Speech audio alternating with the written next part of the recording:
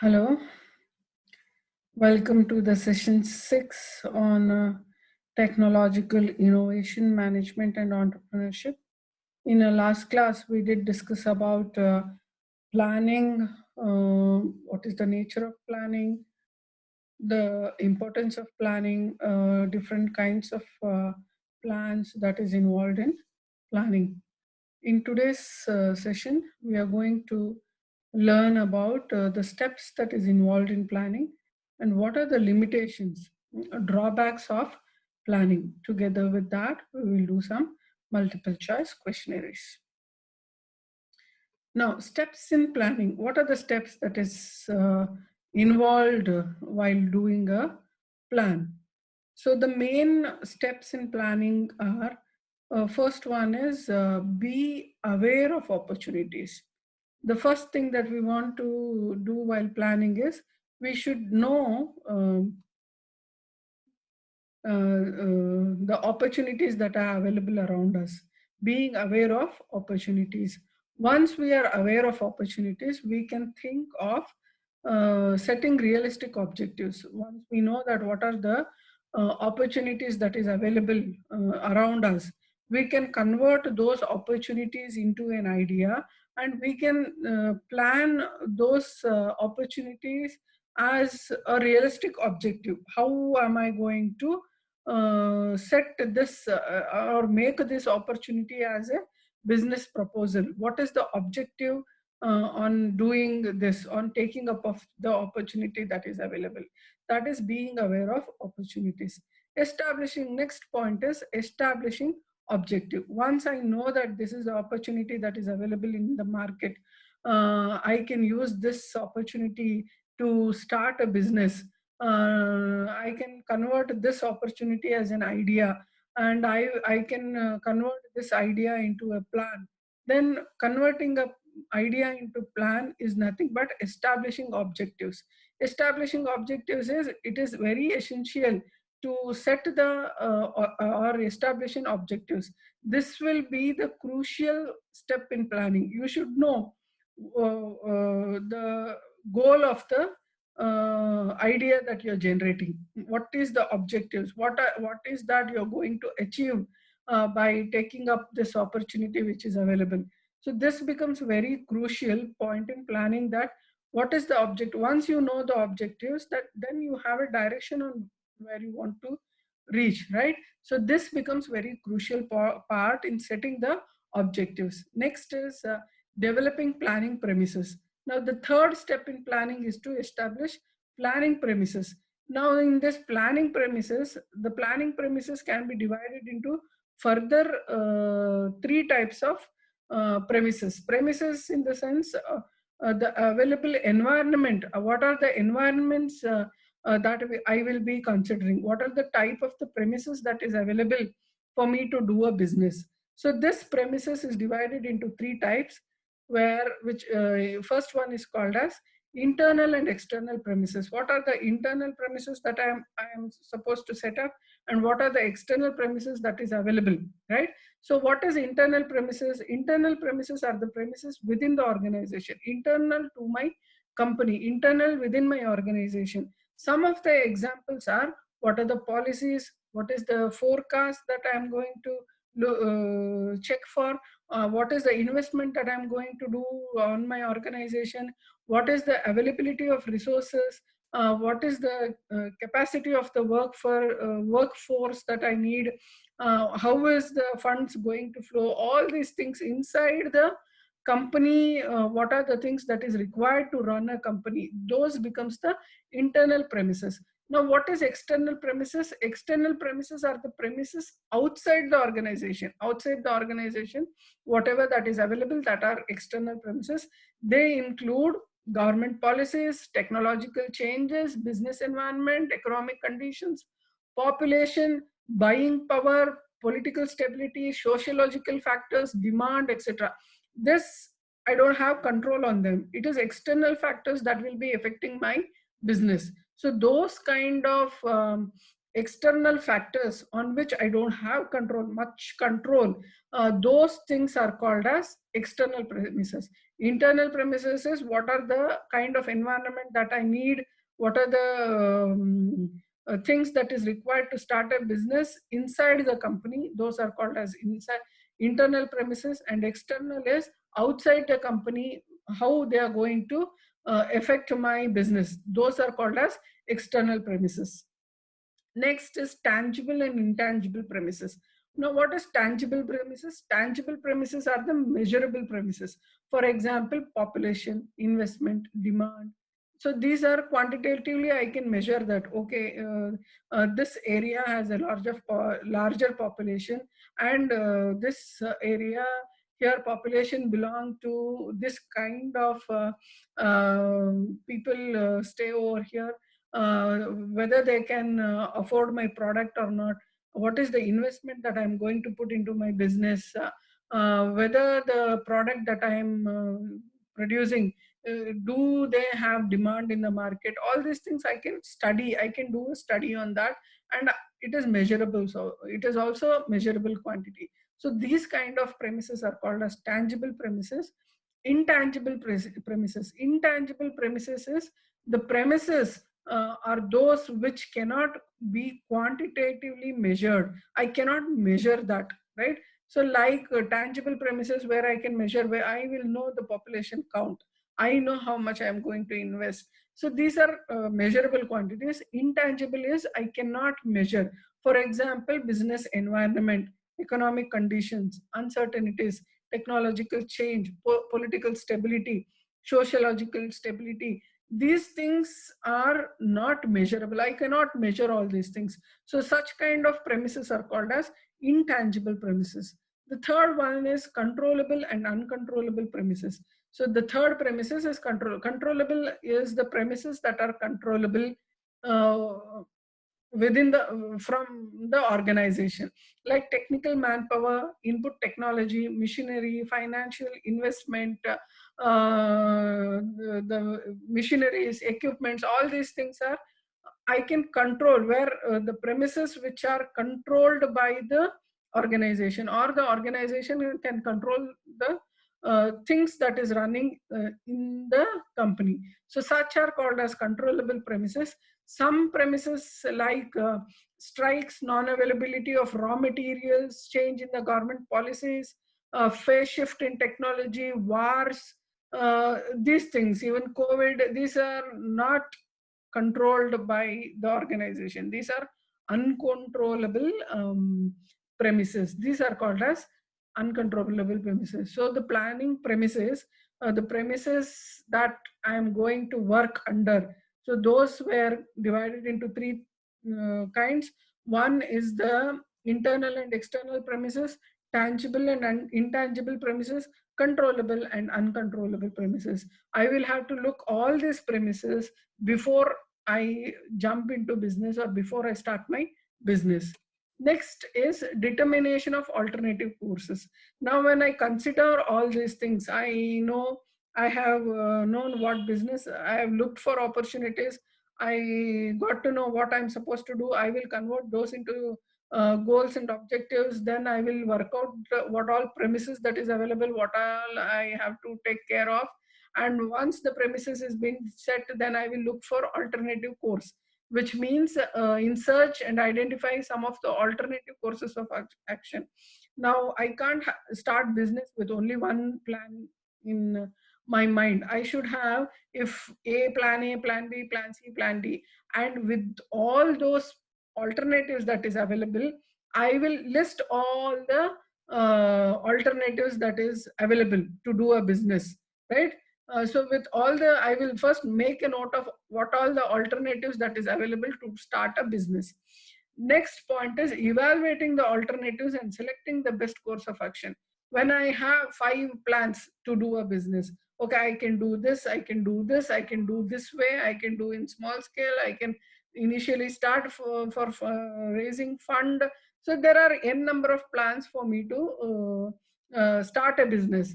Now I will work and I will analyze all the plans, and I will look for the best plan to execute the action. So that is the last step, that is evaluating. Once the alternative are found, the next step is to evaluate them. I will work out with all the alternatives that is available, with the premises and the goals that is being set, and whichever is the best suitable alternative, right? Whichever is the best plan, where my objectives also set and my premises are also good. The best suitable alternative is selected, and then I will go for implementing. So these are the steps that is involved in planning, right? First is looking for opportunities. Second one is setting the objectives and goals of an organization. Third one is working out the premises that is required, and premises are again further divided into three, that is internal and external premises, tangible and intangible premises, and controllable and uncontrollable premises. All these premises are worked out and made 4 to 5 plans on how to start up my business. And after that, once I have 5 plans in my hand, I will analyze all the 5 plans and select the best plan which will suit my the objectives of the organization, and also the premises which will help me to do the business. So once the alternative is done, the planning process is stopped. Then is implementing process. So these are the steps that is involved. Yeah. Next is formulating the derived plan. Now, once the plan is been finalized, okay, I am going to take up once out of those alternatives, the best plan is been selected. After selecting the best plan, I will formulate a derivative plan. Derivative andre that will be at a higher picture, that will not be in the detail plan, right? That will be a what abstract planning. Next is derived plan. Derivative plan andre, in order to complete the task, the selected plan, whatever the alternative that has been selected, it has to be translated into programs, working plans, financial requirements in the subunits. These sub-derived plans from main plans are called as derived plans. Now at a higher picture, the main goals and objectives are being set. That will be further divided into lesser plans, I will derive sub plans from the main plans, and those are called as derivative plans. Next is monitoring and controlling the plan. Once the plan is being set, I will monitor and control the plan. That is the last step of the planning. Each activity of plan is monitored on a continuous basis, and if any derivation or shortfall is noticed, then the manager will initiate suitable corrective actions. Now, when I have the plan in my hand, I will look for the progress. If the progress is, I will monitor with respect to the plan, whether the process that is working, is it working with respect to the plan that is being set. If there is any deviation, I will take the corrective action to meet to the plan. So this is about the steps that is involved in planning. Next is hierarchy of plans. Next is hierarchy of plans. Hierarchy of plans. We did discuss about what are the different kinds of plans that are available in planning. So the goals and objectives that will be set by the top management. Strategies strategies sometimes will be done by middle level, or even strategies will be done by the top management people. Single-use plans and standing plans will be done by the middle management people, and action plans or day-to-day plans, methods and procedures will be done by supervisors or the foremen. So this is the hierarchy of plans. Top management will do the goals, objectives, and strategies. Middle management will do the standing plans and single-use plans, and then the action plans, that is the execution plans, which will be done by the foremen and supervisors.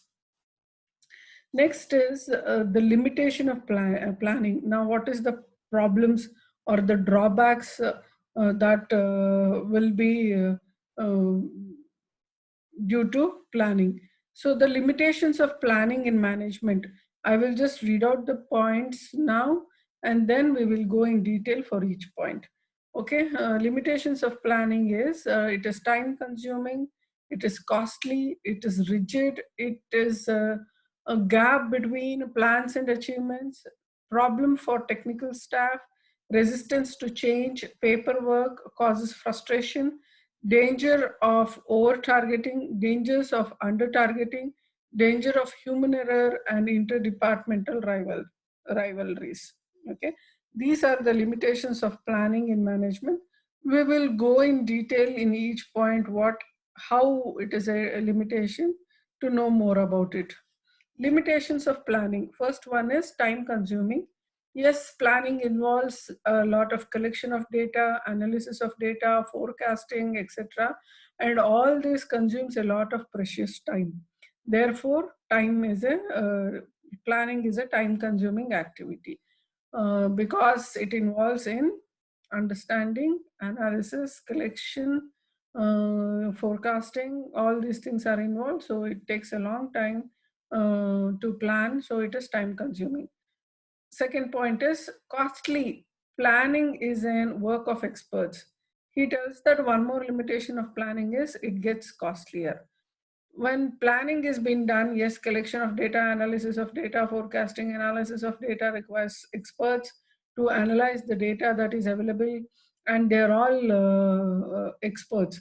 And when experts are involved, a company spends an enormous amount of money, even in collection of data and in analyzing of data. So therefore, and planning gets costlier. Planning is a costly affair. Third point is rigid. Most plans are very rigid. They don't change as per the changing environment. Sometimes when we would have planned, the environment conditions might be different. And when we plan to execute, or when we are supposed to execute the plan, the environment might not be the change, might not be the same. So at that time, you need to change the plan. Sometimes most of the plans, they will not allow any changes in the plans that is already been done. They are very rigid. The non-flexibility of plans create many problems for the organization. When it is not flexible for the changing environment, it creates problem for the organization. It is a gap between plans and achievement. The managers makes the plan and the workers only execute these plans. So the workers are not entirely interested in achieving these plans. Therefore, there is a gap between plan and achievement. When the employer itself is doing a plan, he works his best to execute, to make sure that the plan is being executed very well, because the plan was designed by him. But most of the time, the managers makes the plan, and the workers just execute the plan that is being given to them. And when it is not their plan, they might not put their 100% in getting the results. So there is a gap between the plan and the achievement. Problem for technical staff. The technical and creative staff do not like planning. It limits their creativity. When the people are very creative and the technical staff is very creative and innovative, and they like initiations, for people with those creative minds, this planning is a limitation, because they have to work according to what is being planned. If they want to bring some changes for the improvement of the organization, even that will be not allowed, because it has been planned like this and you are supposed to execute with the plan that is available. So that limits the creative minds and innovative skills of the technical staff. The resistance to change. Planning brings many changes in the organization. People do not like changes. Now, when there is a new plan that is being executed, and already people were used for some sort of routine, and when you bring in a change in the plan that is already been set, people will resist the change, because they don't like changes. So they might not give their full cooperation in the change that they have done, right? So without their cooperation, the plan doesn't succeed. So resistance to change. When you change a plan or when you change a process, when you change a method, anything that a change that is being planned or executed, there is some sort of resistance in any organization. So when there is a change, people they don't accept it, and when they don't accept it, they don't put their 100% in whatever the new plan that is being given for them for the execution. When there is no 100% effort, or when there is no proper cooperation, definitely the plan is not going to succeed. It causes frustration. Some managers fail to achieve the planned target despite putting their best efforts. The failure can frustrate them and lower their level of motivation. Yes, you have planned something, and you work hard to achieve the plan, but in spite of putting all the effort, it might not work as you have planned. When the things are not working according to what is being planned, that causes a kind of frustration. Oh, I have put my 100%, but I'm not able to achieve the target. And when you're not able to achieve your target, your confidence and your level of the motivation to do more and more, because when something is working according to what you have planned, you are more motivated to work towards the goal. When you're in spite of giving you 100%, when you know that it is not working according to the plan, it will frustrate. Yes, it causes frustration. Danger of human error. Plans depend on forecast. Forecasting require a lot of experience and judgment. Yes, plans depend on forecast. Forecast ಅಂದ್ರೆ ನಾವು ಹಿಂಗಾಗ್ಬೋದು ಅಂತ ಅನ್ಕೊಂಡು ನಾವು plan ಮಾಡಿರ್ತೀವಿ. ಅದು ಹಿಂಗಾಗತ್ತೆ ಅಂತ ಹೇಳೋರು ಎಷ್ಟು, I mean, it requires a lot of experience. How can we tell 100% that yes, tomorrow this is going to happen? It requires a lot of experience and judgment. And definitely there is a forecast ಅಂದ್ರೆ ಏನು, ಮುಂದೆ ಹಿಂಗಾಗ್ಬೋದು ಅಂದ್ರೆ ಹಂಗೆ ಆಗತ್ತೆ ಅಂತ 100% nobody guarantees. So when there is a forecast, definitely there is a kind of error that might take place while planning. So there is a danger of human error. So dangers of over targeting. Some managers do over targeting. That is ಅಂದ್ರೆ ತುಂಬಾ high expectation set ಮಾಡ್ಬಿಡೋದು. ಆಮೇಲೆ ಆ high expectation ಅಥವಾ high ಟಾರ್ಗೆಟ್ಸ್ಗೆ ನಾವು almost achieve ಮಾಡೋದಕ್ಕೆ impossible ಅಂದಾಗ, ಆ stage ಟಾರ್ಗೆಟ್ಸ್ನ set ಮಾಡಿ ಅದಕ್ಕೆ ಎಷ್ಟೇ ಎಫರ್ಟ್ ಹಾಕಿದ್ರು ನಾವು ಆ ಟಾರ್ಗೆಟ್ ರೀಚ್ ಆಗಕ್ಕಾಗದೇ ಇದ್ದಾಗ ನಾವು ತುಂಬಾ ಪ್ರಾಬ್ಲಮ್ಸ್ಗೆ ಸಿಕ್ಕಾಕೊಂತೀವಿ. So that is a problem with over targeting. Over targeting ಅಂದ್ರೆ, ಈಗ ನಾನು ದಿವಸಕ್ಕೆ 10 ಚಾಪ್ಟರ್ಸ್ ಕಂಪ್ಲೀಟ್ ಮಾಡ್ತೀನಿ, 2 ಚಾಪ್ಟರ್ಸ್ ಕಂಪ್ಲೀಟ್ ಮಾಡ್ತೀನಿ, ಅಥವಾ 10 ಚಾಪ್ಟರ್ ಕಂಪ್ಲೀಟ್ ಮಾಡ್ತೀನಿ ಅಂತ ಒಂದು ಟಾರ್ಗೆಟ್ ಸೆಟ್ ಮಾಡ್ಕೊಬಿಡ್ತೀನಿ. ಬೆಳಗ್ಗಿಂದ ಒಂದು ನಿಮಿಷನೂ ವೇಸ್ಟ್ ಮಾಡ್ದಂಗೆ ಹೋದಿದ್ರು ನನ್ನ ಕೈಲಿ 5 ಚಾಪ್ಟರ್ ಅಷ್ಟೇ ಕಂಪ್ಲೀಟ್ ಮಾಡೋದು. ಅವಾಗ ಏನಾಗುತ್ತೆ, ನಾನು ಇವತ್ತು 10 ಚಾಪ್ಟರ್ಗೆ ಟಾರ್ಗೆಟ್ ಮಾಡಿದ್ದೆ, ಬಟ್ 5 ಚಾಪ್ಟರ್ ಆಗಿದ್ದು ಅನ್ನೋದು ಬೇಜಾರು. ಆಮೇಲೆ ಫ್ರಸ್ಟ್ರೇಷನ್ ಶುರು ಆಗುತ್ತೆ. ಅಯ್ಯೋ ಮುಗಿಸ್ಲಿಲ್ಲ, ನಾವು ಪ್ಲಾನ್ ಮಾಡ್ದಂಗೆ ನಾವು ಮುಗಿಸ್ಲಿಲ್ಲ ಅಂತ. That is over targeting. Before I set that today I'm going to complete 10 chapters, I should know whether it is possible for me to complete 10 chapters. ಅದನ್ನ ನಾನು ಕರೆಕ್ಟಾಗಿ ಮುಗ್ಸಕ್ಕಾಗತ್ತಾ, ಟೈಮ್ ಎಷ್ಟಿದೆ ಅದನ್ನೆಲ್ಲ ಕ್ಯಾಲ್ಕುಲೇಟ್ ಮಾಡಿದೆ. ಸುಮ್ಮನೆ ವೇಗಾಗಿ ಅಡಾಕ್ ಆಗಿ ಓಕೆ ನಾನು ಮಾಡ್ತೀನಿ 10 ಚಾಪ್ಟರ್ ಅಂತ ಡಿಸೈಡ್ ಮಾಡಿಬಿಟ್ಟು ಮಾಡಕ್ ಹೋದಾಗ, ನಾವು ಅದನ್ನ ಅಚೀವ್ ಮಾಡಕ್ ಆಗದೆ ಇದ್ದಾಗ ಅದರಿಂದ ನಾವು ಪ್ರಾಬ್ಲಮ್ಸ್ಗೆ ಒಳಗಾಗ್ತೀವಿ. So that is dangers of over targeting. Danger of under targeting. Under targeting ಅಂದ್ರೆ ಏನು, ದಿವಸಕ್ಕೆ 5 ಚಾಪ್ಟರ್ ನಾನು ಕಂಪ್ಲೀಟ್ ಮಾಡ್ಬೋದು, ಬಟ್ ಏನಕ್ಕೆ ನಾನು ಸ್ಟ್ರೆಸ್ ತಗೊಳೋದು ಅಂದ್ಬಿಟ್ಟು ಡೈಲಿ 2 ಚಾಪ್ಟರ್ಸ್ ಕಂಪ್ಲೀಟ್ ಮಾಡ್ತೀನಿ ಅಂತ ಟಾರ್ಗೆಟ್ನ ತುಂಬಾ ಕಮ್ಮಿ ಇಟ್ಕೊಳೋದು. That is under targeting. Though I have the capacity to complete 5 chapters, but I will set a target of 2 chapters. So that is performing below what your capacity is. That is the danger of under targeting. Some managers do under targeting. That is, they fix lower targets that can be easy to achieve. So ತಲೆನೋವೇ ಇಲ್ಲ, 2 chapter ಅಂದ್ರೆ ಅದನ್ನ ಬೇಗ ಮುಗಿಸಿದ್ರೆ ಇನ್ ಮಿಕ್ಕಿದ ಟೈಮಲ್ಲೆಲ್ಲ ಆರಾಮಾಗಿರ್ಬೋದು. You make that target as very easy to achieve. Such under ಆ ಥರ ನಾವು ಲೋವರ್ ಟಾರ್ಗೆಟ್ ಫಿಕ್ಸ್ ಮಾಡಿದಾಗ ಏನಾಗುತ್ತೆ, ನಮ್ಮ ಗ್ರೋತ್ ಕಮ್ಮಿ ಆಗ್ತಾ ಹೋಗುತ್ತೆ. Growth and performance of the organisation it lowers. So this is about the limitations of planning. We just discussed about limitations of planning. So in today's class, we did dealt with mm, hierarchy of planning, limitations of planning, and also we did steps in planning, right? We read about what are the steps involved in planning, hierarchy of planning, as well as what are the drawbacks or the limitations of planning. Let's do some multiple choice questions on the same, on what we have learned today. Question number 1: which one of the following is not a limitation of planning? Dynamic environment, costly process, rigidity, top management approach. Which one of the following is not a limitation? Which is not limitation? It is option D. Limitation, dynamic environment. It is not a limitation in planning.